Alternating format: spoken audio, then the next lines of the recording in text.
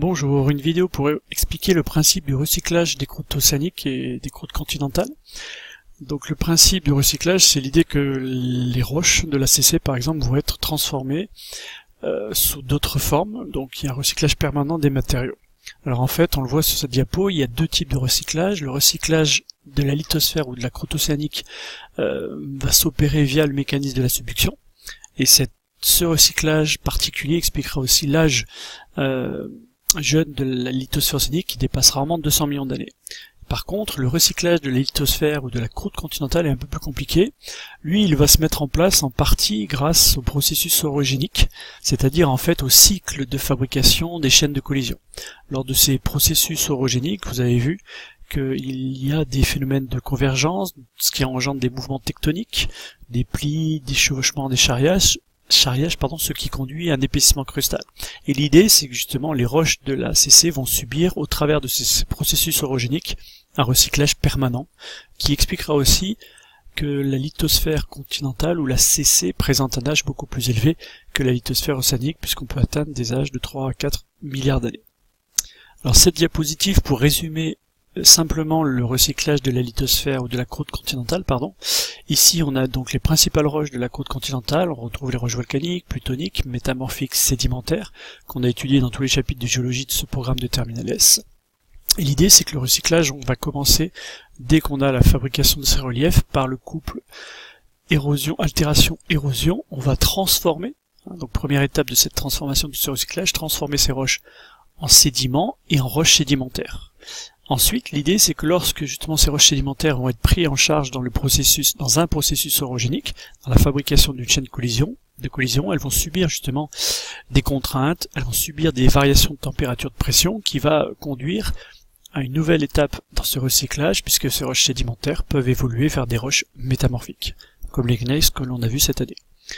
On peut aller plus loin encore, ces roches donc métamorphiques, type gneiss, schiste, micaschiste, ce sont des roches sédimentaires transformées sous l'effet donc de cette augmentation de température et de pression. Et bien, ces roches métamorphiques peuvent subir encore une augmentation de pression de température et donner naissance à un magma par fusion partielle, ce qu'on appelle un magma d'anatexie, qui à son tour lui va générer, après cristallisation, soit des roches volcaniques de surface, soit des roches plutoniques. Donc on voit ici l'idée justement de recyclage. Il y a un changement permanent des matériaux de l'ACC, mais à aucun moment nous avons justement une perte en profondeur, notamment dans le manteau, de ces roches de l'ACC. Donc on a un recyclage superficiel de la croûte continentale. Alors cette dernière diapositive, pour comparer ces deux recyclages, je vais commencer, donc ici on retrouve le manteau fait des péridotite, la croûte océanique ici et la croûte continentale. On va commencer donc par la fusion partielle qui s'opère au niveau de la dorsale, sous les océans. On a vu en première S que la fusion partielle était possible au niveau d'une dorsale et que le magma donnait naissance après cristallisation aux roches magmatiques de la croûte océanique, le basalte et le gabbro. Ensuite, on a vu cette année que par hydratation, ces gabbros allaient métagambraux, comme par exemple les métagabbros à chlorite faciès schiste vert, et ensuite par déshydratation, ces métagabbros vont encore évoluer sous la forme de schiste bleu ou d'éclogite. Et on a évidemment ici une évolution de la croûte océanique qui se traduit par sa subduction et son incorporation au manteau fait de péridotite. Donc ici on voit qu'on a un retour dans le manteau de la lithosphère ou de la croûte océanique, donc on a un recyclage presque total de la croûte océanique dans le manteau, ce qui explique que la lithosphère océanique ne peut pas dépasser 200 millions d'années puisqu'elle retourne dans le manteau. Alors exception, les ésophiolites par exemple, dont on a parlé cette année, qui sont un cas particulier où une partie de cette lithosphère océanique échappe au recyclage dans le manteau. Donc voilà pour le recyclage de la croûte océanique. Alors on va étudier maintenant le recyclage de la croûte continentale. On peut faire un lien, et on l'a fait ce lien cette année, entre justement la subduction océanique et la fusion du manteau au niveau de zone de subduction. On a vu que la déshydratation de la lithosphère océanique hydratait la péridotite dans un domaine de subduction, ce qui était nécessaire à la fusion partielle de cette roche.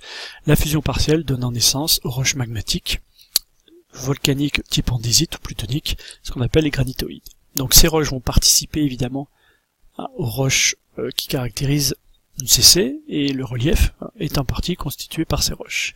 Dès qu'on crée dans un contexte de subduction du relief, on sait que ce relief subit le processus d'altération d'érosion, ce qui va donner naissance à des sédiments qui peuvent se déposer sur la croûte océanique ou sur le continent.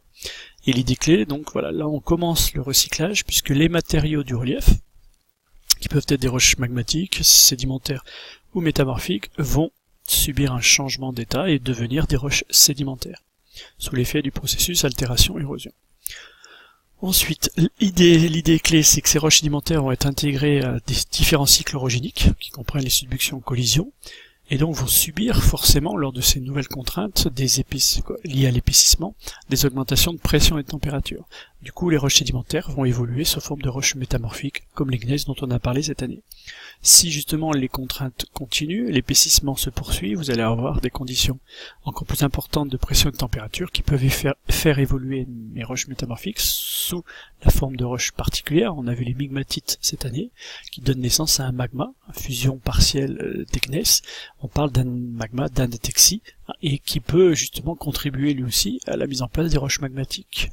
Et le cycle reprend. Donc on voit ici qu'on a bien un recyclage de la croûte continentale, mais ce recyclage reste en superficie, donc on parle d'un recyclage superficiel.